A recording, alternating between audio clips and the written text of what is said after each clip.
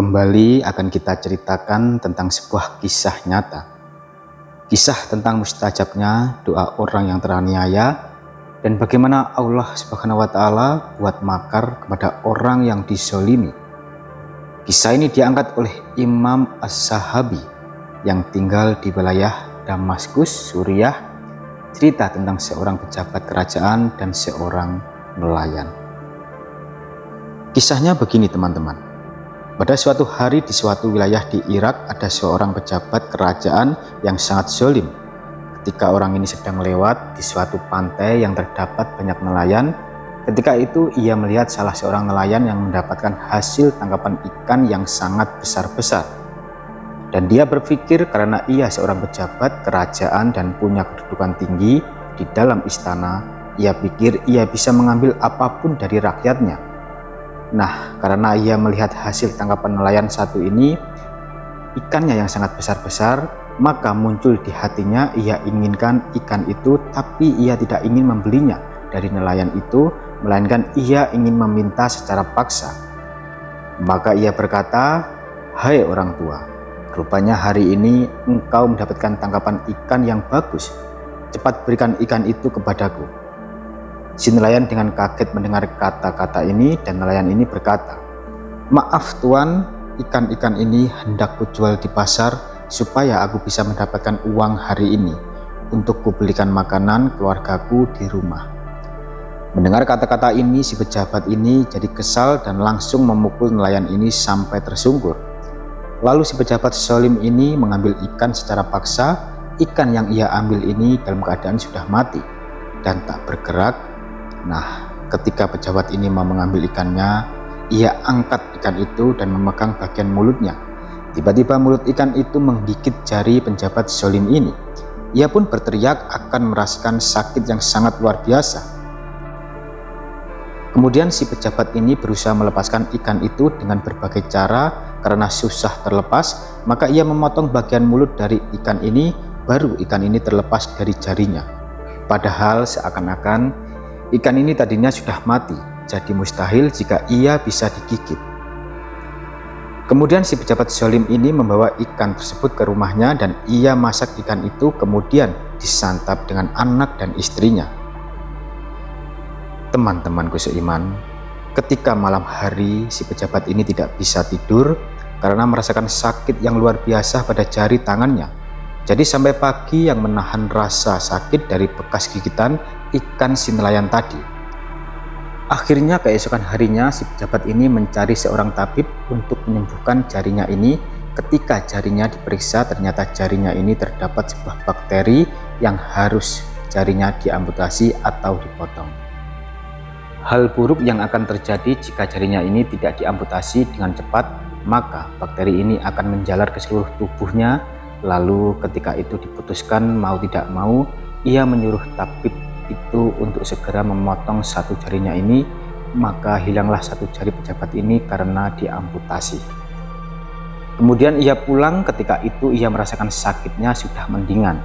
Namun ketika malam hari ia kembali merasakan sakit, bahkan kali ini sakitnya sampai telapak tangannya. Ia merasakan sakit yang berlebih di seluruh jari-jarinya, salah satunya yaitu tangannya. Dan ia pun sulit tidur malam, itu sama dengan malam kemarin. Ia menahan rasa sakit jarinya yang lain sampai pagi menjelang. Ketika keesokan harinya, ia kembali ke tabib tersebut dan diputuskan bahwasanya ia harus diamputasi seluruh jari-jarinya.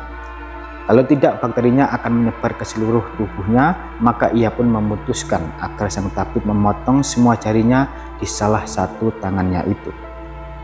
Setelah diamputasi, ia kembali lagi ke rumahnya. Ternyata hal buruk masih terjadi malam itu. Kali ini yang merasakan sakit sampai pergelangan tangannya, ia tidak bisa tidur sama dengan malam-malam sebelumnya. Keesokan harinya, ia kembali lagi dan diamputasi tangannya sebatas pergelangan tangannya. Nah, kali ini mungkin sakitnya akan hilang dan ia pun pulang lagi ke rumahnya. Ternyata Allah Subhanahu wa Ta'ala membuat tangan si pejabat zalim ini semakin parah. Malam ini ia merasakan sakit luar biasa di seluruh tangannya.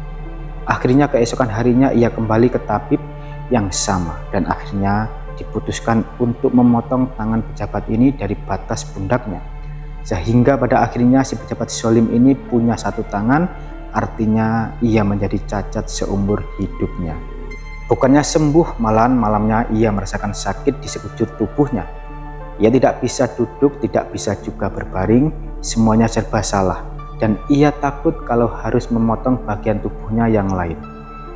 Akhirnya keesokan harinya ia mendatangi seorang alim ulama yang ada di kota. Kemudian si pejabat zalim itu, kemudian ia bercerita tentang penyakitnya. Ia bercerita awal hanya satu jarinya saja, namun sekarang tangannya diamputasi. Dan sekarang ia merasakan sakit di sekujur tubuhnya. Kemudian alim ulama ini bertanya, "Apa sebab awal dari penyakitmu ini?" Lalu pejabat ini bercerita tentang ikan yang ia ambil secara paksa dari seorang nelayan, dan pejabat ini bertanya tentang jalan keluar dari masalah ini. Lalu orang alim ini mengatakan, "Pergilah ke nelayan tersebut, engkau cari dia dan minta maaf dan minta kehalalan dari ikan yang kau rampas waktu itu." Kemudian si pejabat ini langsung mengikuti saran dari seorang alim ulama ini. Ia pun bergegas mencari nelayan itu. Ia berkeliling kota, memasuki seluruh perkampungan di kota itu, dan pada akhirnya ia bertemu dengan nelayan tersebut di sebuah pasar. Ketika itu ia melihat si nelayan sedang berjualan ikan hasil tangkapannya. Kemudian si pejabat ini mendekati dan langsung bersimpuh di kaki nelayan itu. Dia berkata, "Wahai orang tua, maafkanlah." Nelayan ini bingung dan berkata, "Anda siapa? Apakah aku pernah bertemu dengan Anda sebelumnya?" Rupanya nelayan ini sudah lupa tentang kejadian tempo hari ketika orang ini merampas ikannya. Lalu pejabat ini berkata, "Aku adalah orang yang beberapa hari lalu memukulmu dan mengambil ikanmu secara paksa. Maka hari ini aku ingin meminta maaf dan meminta kehalalan dari ikan yang kuambil itu." Akhirnya si nelayan itu kembali ingat dan dia berkata, "Kenapa engkau sampai bersimpuh seperti ini, Tuan? Emangnya apa yang terjadi?" Dan si pejabat ini pun mulai menceritakan tentang sakitnya yang dimulai dari salah satu jari hingga sekarang sudah di sekujur tubuhnya sejak ia ambil ikan itu secara paksa. Lalu mendengar kisah itu, hati nelayan tersentuh dan luluh. Tak tega melihat orang ini dan beliau merasa kasihan. Ia pun berkata, "Baik Tuan, aku sudah memaafkanmu dan telah menghalalkan ikanku yang kau ambil waktu itu." Ketika nelayan mengucapkan maaf, dan saat itu juga sakit sekujur tubuh pejabat ini seketika hilang semuanya. Coba saja teman-teman, ketika pertama ia merasakan sakit di jarinya, ketika itu ia langsung bergegas menemui nelayan ini dan meminta maaf. Pastilah satu lengannya tidak akan diamputasi. Sobat Jazirah Pangestu yang dimuliakan Allah, akhirnya setelah pejabat zalim ini dimaafkan, ia pun bertanya kepada nelayan, "Wahai orang tua, apakah engkau sempat mendoakanku suatu keburukan untukku pada saat ku ambil paksa ikanmu itu?" Dan nelayan ini berkata, "Iya Tuan, ketika itu aku langsung berdoa, Ya Allah, Ya Rob, wahai Zat yang telah menjadikan rezekiku hari ini, atas ikan itu dia telah mengambilnya dariku secara zalim, maka hukumlah dia dengan caramu."